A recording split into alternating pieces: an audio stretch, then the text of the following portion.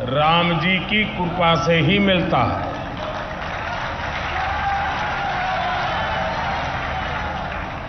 जब श्री राम का अभिषेक होता है तो हमारे भीतर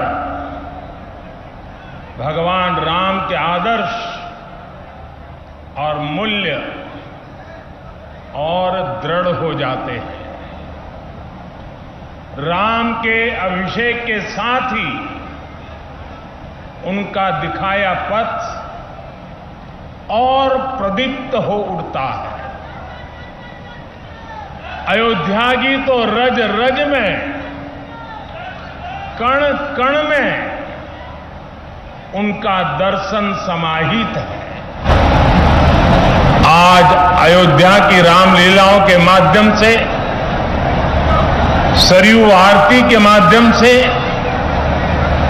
दीपोत्सव के माध्यम से और रामायण पर शोध और अनुसंधान के माध्यम से ये दर्शन पूरे विश्व में प्रसारित हो रहा है।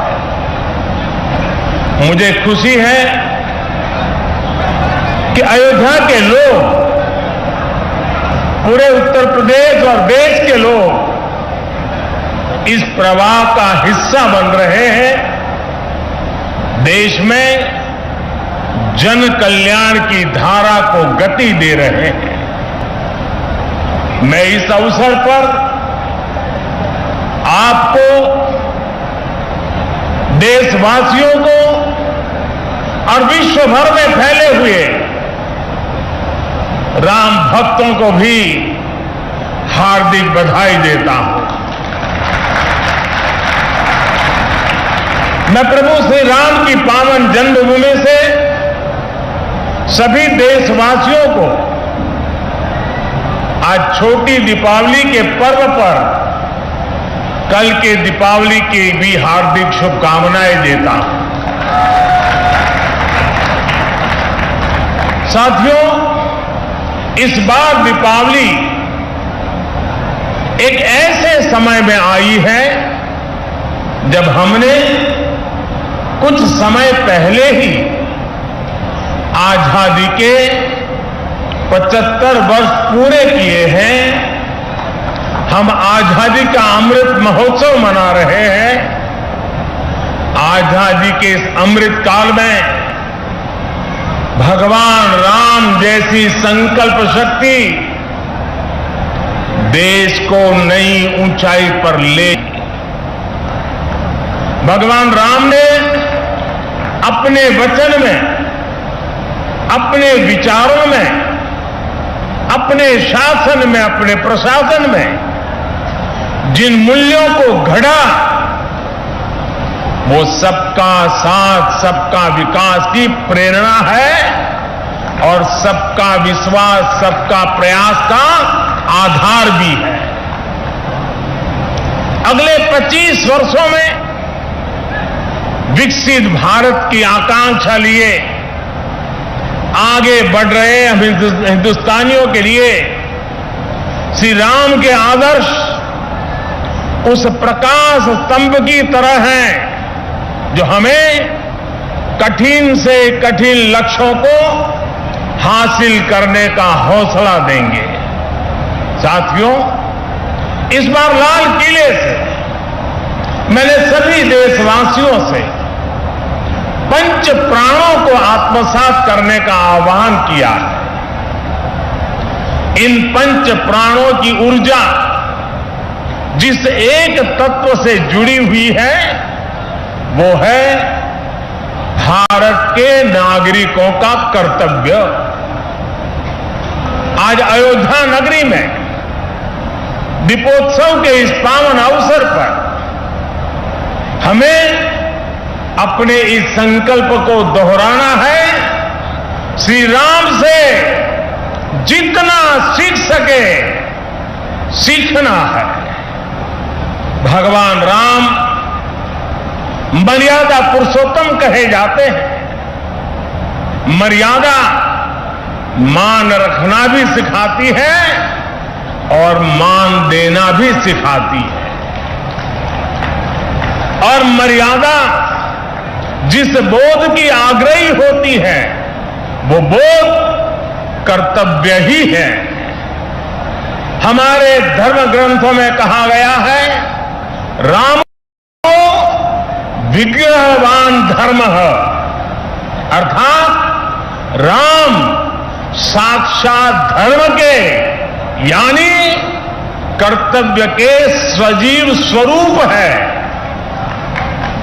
भगवान राम जब जिस भूमिका में रहे उन्होंने कर्तव्यों पर सबसे ज्यादा बल दिया। वो जब राजकुमार थे तो ऋषियों की, उनके आश्रमों और गुरुकुलों की सुरक्षा का कर्तव्य निभाया। राज्याभिषेक के समय श्री राम ने एक आज्ञाकारी बेटे का कर्तव्य निभाया। उन्होंने पिता और परिवार के वचनों को प्राथमिकता देते हुए राज्य के त्याग को, वन जाने को अपना कर्तव्य समझ करके स्वीकार किया। वो वन में होते हैं तो वनवासियों को गले लगाते हैं, आश्रमों में जाते हैं तो मां सबरी का आशीर्वाद लेते हैं। वो सबको साथ लेकर लंका पर विजय प्राप्त करते हैं और जब सिंहासन पर बैठते हैं तो वन के वही सब साथी राम के साथ खड़े होते हैं, क्योंकि राम किसी को पीछे नहीं छोड़ते। राम कर्तव्य भावना से मुख नहीं मोड़ते। इसलिए राम भारत की उस भावना के प्रतीक है जो मानती है कि हमारे अधिकार हमारे कर्तव्यों से स्वयं सिद्ध हो जाते हैं। इसलिए हमें कर्तव्यों के प्रति समर्पित होने की जरूरत है। और संयोग देखिए, हमारे संविधान की जिस मूल प्रति पर भगवान राम, मां सीता और लक्ष्मण जी का चित्र अंकित है, संविधान का वो पृष्ठ भी मौलिक अधिकारों की बात करता है। यानी एक और हमारे संविधान अधिकारों की गारंटी, तो साथ ही प्रभु राम के रूप में कर्तव्यों का शाश्वत सांस्कृतिक बोध। इसलिए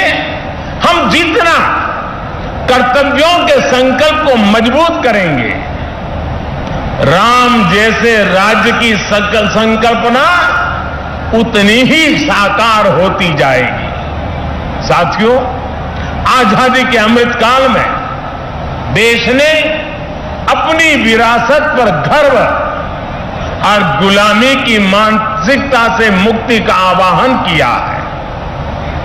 ये प्रेरणा भी हमें प्रभु राम से मिलती है।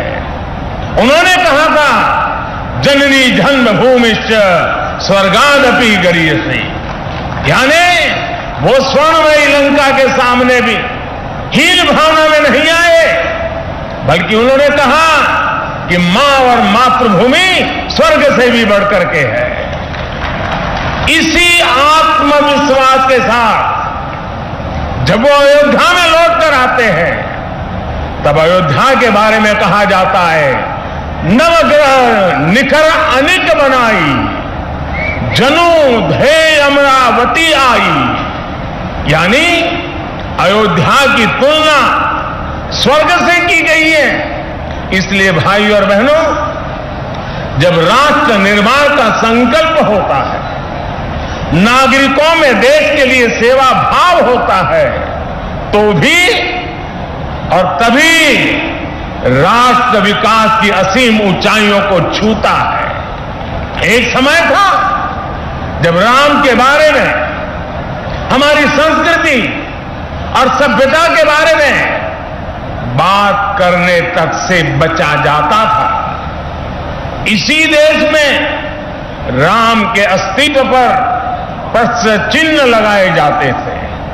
उसका परिणाम क्या हुआ?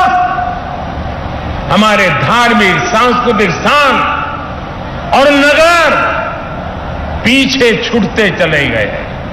हम यही अयोध्या के रामघाट पर आते थे तो दुर्दशा देखकर मन दुखी हो जाता था। काशी की तंगहाली, वो गंदगी और वो गलियां परेशान कर देती थी। जिन स्थानों को हम अपनी पहचान का, अपने अस्तित्व का प्रतीक मानते थे, जब वही बदहाल थे तो देश के उत्थान का मनोबल अपने आप टूट जाता था।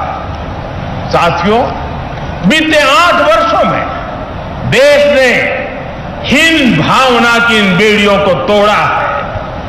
हमने भारत के तीर्थों के विकास की एक समग्र सोच को सामने रखा है।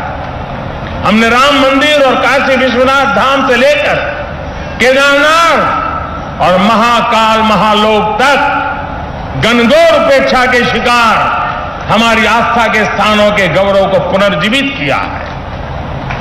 एक समग्र प्रयास कैसे समग्र विकास का जरिया बन जाता है, आज देश इसका साक्षी है। आज अयोध्या के विकास के लिए हजारों करोड़ रुपए की नई योजनाएं शुरू की गई है। सड़कों का विकास हो रहा है, चौराहों और घाटों का सौंदर्यीकरण हो रहा है, नए इंफ्रास्ट्रक्चर बन रहे हैं, यानी अयोध्या का विकास नए आयाम छू रहा है। अयोध्या रेलवे स्टेशन के साथ साथ वर्ल्ड क्लास एयरपोर्ट का निर्माण भी किया जाएगा, यानी कनेक्टिविटी और अंतराल इस पूरे क्षेत्र को मिलेगा। अयोध्या के विकास के साथ साथ रामायण सर्किट के विकास पर भी काम चल रहा है, यानी अयोध्या से जो विकास अभियान शुरू हुआ उसका विस्तार आसपास के पूरे क्षेत्र में होगा। साथियों, इस सांस्कृतिक विकास के कई सामाजिक और अंतर्राष्ट्रीय आयाम भी हैं। श्रृंगवेरपुर धाम में निषाद राज पार्क का निर्माण किया जा रहा है। यहां भगवान राम और निषाद राज की 51 फीट ऊंची कांस्य प्रतिमा बनाई जा रही है।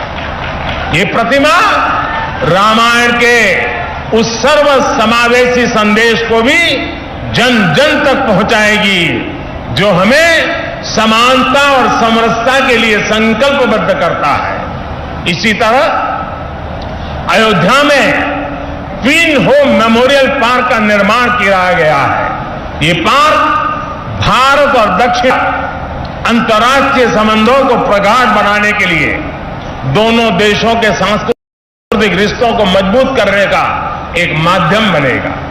आप कल्पना कर सकते हैं इस विकास से, पर्यटन की इतनी संभावनाओं से युवाओं के लिए रोजगार के कितने अवसर पैदा होंगे। सरकार ने जो रामायण एक्सप्रेस ट्रेन चलाई है वो स्पिरिचुअल टूरिज्म की दिशा में एक बेहतरीन शुरुआत है। आज देश में 4 धाम प्रोजेक्ट हो, बुद्ध सर्किट हो या प्रसाद योजना के तहत चल रहे विकास कार्य हो, हमारा यह सांस्कृतिक उत्कर्ष नए भारत के समग्र उत्थान का श्री गणेश है। साथियों, आज अयोध्या नगरी से मेरा पूरे देश के लोगों के लिए एक प्रार्थना भी है, एक नम्र निवेदन भी है। अयोध्या भारत की महान सांस्कृतिक विरासत का प्रतिबिंब है। राम अयोध्या के राजकुमार थे, लेकिन आराध्य वो पूरे देश के हैं। उनकी प्रेरणा, उनकी तपस्या, उनका मार्ग हर देशवासी के लिए है। भगवान राम के आदर्शों पर चलना हम सभी भारतीयों का कर्तव्य है।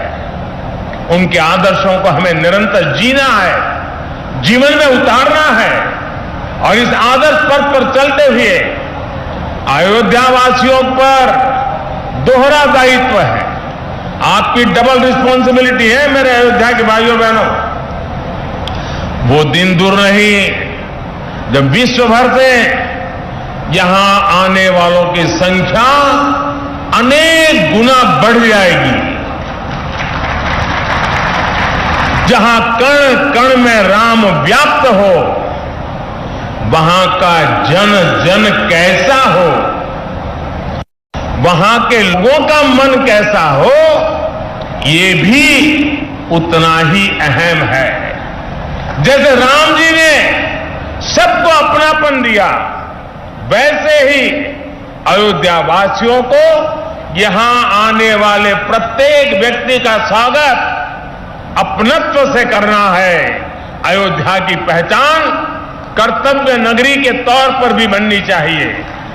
अयोध्या सबसे स्वच्छ नगरी हो, यहां के रास्ते चौड़े हो, सुंदरता अप्रतिम हो, इसके लिए योगी जी और उनकी सरकार दीर्घ दृष्टि के साथ अनेक प्रकल्पों को आगे बढ़ा रही है, प्रयास कर रही है। लेकिन इस प्रयास में अयोध्या के लोगों का साथ और बढ़ जाएगा तो अयोध्या जी की दिव्यता भी और निखर जाएगी। मैं चाहूंगा कि जब भी नागरिक मर्यादा की बात हो, नागरिक अनुशासन की बात हो, अयोध्या के लोगों का नाम सबसे आगे आए। मैं अयोध्या की पुण्य भूमि पर प्रभु श्री राम से यही कामना करता हूं कि देश के जन जन की कर्तव्य शक्ति से भारत का सामर्थ्य शिखर तक पहुंचे। नए भारत का हमारा स्वप्न मानवता के कल्याण का माध्यम बने। इसी कामना के साथ मैं अपनी बात समाप्त करता हूं। एक बार फिर सभी देशवासियों को दीपावली की बहुत बहुत बधाई देता हूं। आप सभी को बहुत बहुत धन्यवाद।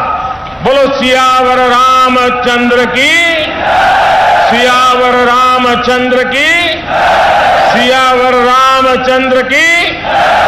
धन्यवाद जी।